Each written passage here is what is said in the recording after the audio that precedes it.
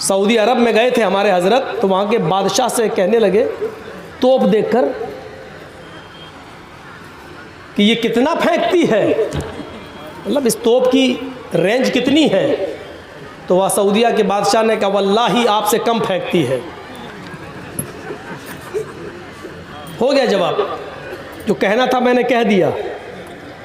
इन्होंने पूछा कि ये तोप की रेंज क्या है, कितना फेंकती है ये, तो उन्होंने कहा वल्लाह आपसे कम फेंकती है। तो समझ गए ना कि कोई इतना फेंके कि उसका नाम ही मशहूर हो जाए फेंकू, तो ये तो बड़े ताज्जुब की बात होगी कि लोग उसको फेंकू के नाम से जाने लगे। तो ये तो एक अचंभे की बात है, ताज्जुब की बात है। और मौलाना अबुल कलाम आज़ाद ने यही तो कहा था, किसी भी झूठ को सच करना हो तो इतना फेंको, इतना उसको इतना बोलो कि सुनने में वो सच लगने लगे, ऑटोमेटिक वो सच हो जाएगा, ऑटोमेटिक। यही हो रहा है आजकल, यही है। अल्पभाषी, कम बोलेंगे, ये नहीं कहा कि बिल्कुल नहीं बोलेंगे, कम बोलेंगे। अल्लाह के नबी इतना कम बोला करते थे, इतना कम बोला करते थे, इतना कम बोला करते थे। मुस्लिम शरीफ किताबुस सलाम के अल्फाज है कि यहूदियों का एक गिरोह नबी अकरम के घर पे आया, दरवाजे को दस्तक दी। अल्लाह के नबी ने दरवाजा खोला, यहूदियों के इस गिरोह ने नबी के घर में आने से पहले नबी को देखा तो कहने लगे अस्सलामु अलैकुम, अस्सलामु अलैकुम। अस्सलाम नहीं कहा, क्या कहा? अस्सलामु अलैकुम या रसूल अल्लाह, आए अल्लाह के नबी आप पर मौत हो। ये नहीं कहा अस्सलामु अलैकुम आप पर सलामती हो, बल्कि यहूदियों के इस गिरोह ने क्या कहा? अस्सलामु अलैकुम, और जल्दी में कहा अस्सलामु अलैकुम, ताकि पता ना चले, शक ना हो जाए। अस्सलामु अलैकुम या रसूल अल्लाह, अल्लाह के रसूल आप पर मौत हो, आप बर्बाद हो जाएं। तो अल्लाह के नबी सल्लल्लाहु अलैहि वसल्लम कुछ मशकूक हो गए हैं, इसने सलाम कहा कि साम कहा। अब वालेकुमुस्सलाम कैसे कह दूँ इनको, जो आदमी हमारे लिए मौत भेज रहा है और हम कहें सलामती हो तुम पर। तो पता नहीं ऐसा ना हो कि अगर मैं वालेकुमुस्सलाम कह दूँ तो ये बुरा मान जाए और ये कहने लगे कि हमने तो सलाम कहा और आप हमें मौत भेज रहे हैं। तो अल्लाह के रसूल ने बहुत मुख्तसर जवाब दिया, वालेकुम, न सलाम कहा न साम कहा। क्या कहा आपने? वालेकुम, जो तुमने मुझ पर भेजा वो तुम पर हो गया काम, बात ही खत्म होगी। इतना कम बोलते थे अल्लाह के रसूल, और इसी तालीम का नतीजा था कि अल्लाह के रसूल ने यह फरमाया था कि अपने ऊपर इस जबान को रोको। अल्लाह की कसम, इस जबान की वजह से बहुत से लोग जहन्नम में चले जाते हैं और बहुत से लोग जन्नत के मुस्तहिक हो जाते हैं। और इसी जबान की वजह से अल्लाह के नबी ने फरमाया इन्नी उरीदु कुन्ना अक्सर अहलिन नार, आए औरतों की जमात तसद्दक़ना या माशरन निसा, आए औरतों तुम ज्यादा से ज्यादा सदका करो, आए औरतों तुम ज्यादा से ज्यादा खैरात करो, क्योंकि मैंने तुम्हें जहन्नम के अंदर सबसे ज्यादा जलते हुए देखा। कुल्ला व बिमा या रसूल अल्लाह, सहाबियात सवाल कर रहे हैं अल्लाह के रसूल, हम जहन्नम में सबसे ज्यादा औरतें होंगी? हाँ, क्यों? वजह तो बता दीजिए ताकि वो चीज हम यहाँ से खत्म करें। तो अल्लाह के रसूल ने फरमाया तुकसिर लान व तकफुरन आशीर, तुम्हारी जहन्नम में जाने की दो वजह ज्यादा है। क्या क्या? तुकसिर लान, तुम लान तान ज्यादा करती हो, बदतमीजी ज्यादा करती हो, जबान से उल्टे सीधे जुमले ज्यादा बोलती हो। दो चार औरतें यहां बैठी हो, आप क्या समझते हैं जलसे में सब खामोश बैठी होंगी? मुआयना करके देखिए, मेरी तकरीर समझ में नहीं आ रही होगी, कहेंगी तो बंगला मौलवी थोड़ी, ये तो उर्दू वाला है।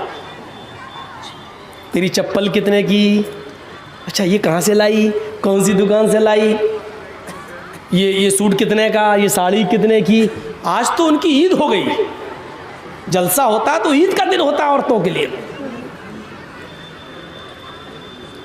चार औरतें कहीं बैठ जाएं वो चुप नहीं रह सकती, इतनी सारी कैसे चुप रहेंगी?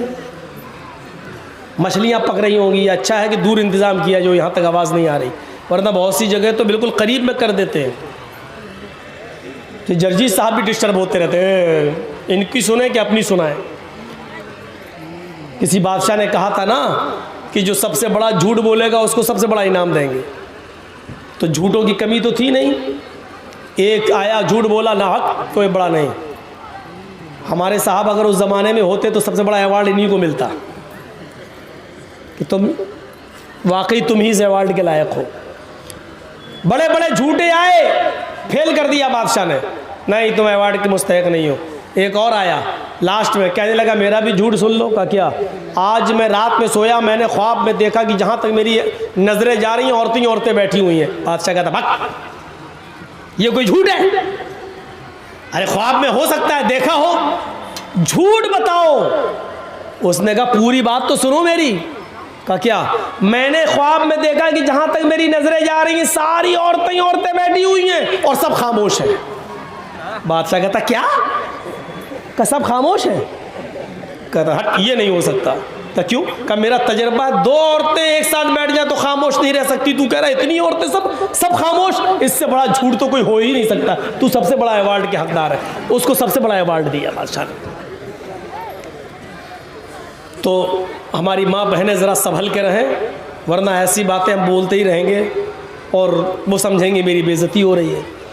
तो मेरे भाइयों, लान तान अबू बकर सिद्दीक तो ज़बान खींचा करते थे ये, और कभी कभी मिसवाक कान से निकालते थे हज़रत अबू बकर और ऐसे मिसवाक से मारते थे। लोग पूछते ये क्या कर रहे हैं? कहा इसको कंट्रोल कर रहा हूं। अल्लाह के नबी ने फरमाया इस ज़बान की वजह से बहुत से लोग जन्नत में चले जाते हैं और बहुत से लोग जहन्नम में चले जाते हैं। इस ज़बान पर अगर हमने काबू पा लिया तो सब काबू पा लिया। खुद अल्लाह के नबी सल्लल्लाहु अलैहि वसल्लम ने फरमाया तुम दो चीज़ों की ज़मानत मुझे दे दो, मैं तुम्हें जन्नत की ज़मानत देता हूँ। कहा वो कौन सी चीज़ है? फरमाया अल फमु वल फर्ज, एक मुंह एक ज़बान की ज़मानत मुझे दे दो कि जो बोलोगे सही बोलोगे और गलत बात इसका इस्तेमाल नहीं करोगे, और दूसरी शर्मगाह यानी जिना नहीं करोगे, और शर्मगाह का जायज़ इस्तेमाल यानी शादी के बाद अपनी बीवी के साथ मिलोगे और किसी की तरफ नहीं देखोगे। तो ये दो चीज़ों की ज़मानत तो मुझे दे दो, मैं तुम्हें जन्नत की ज़मानत देता हूँ। ये अल्लाह के नबी सल्लल्लाहु अलैहि वसल्लम ने गौर कर लिया। अल्पभाषी कम बोलने वाले होंगे, कम बोलने की आदत डलवाने के लिए अल्लाह के रसूल ने रमज़ान के महीने में एतिकाफ रख दिया। आदत डालो, ज़बान पर कंट्रोल करो, एतिकाफ में बैठो। ये 10 दिन जब तुम कम बोलोगे और अपना ज़्यादा से ज़्यादा वक्त जिक्र और अस्कार में लगाओगे तो तुम्हारी आदत बन जाएगी। ज़बान का गलत इस्तेमाल करने से तुम रुक जाओगे। ऐसे काम बताए हैं अल्लाह के नबी सल्लल्लाहु अलैहि वसल्लम ने जिन पर अमल करके हम ज़बान को गलत गीबत, चुगली, हसद, कीना, बुग़्ज़, इनाद, दुश्मनी से रोक सकते हैं। पहली चीज़ क्या बताई महाभारत में? कम बोलने वाले होंगे। ये सिफत अल्लाह के नबी के अंदर पाई जाती है।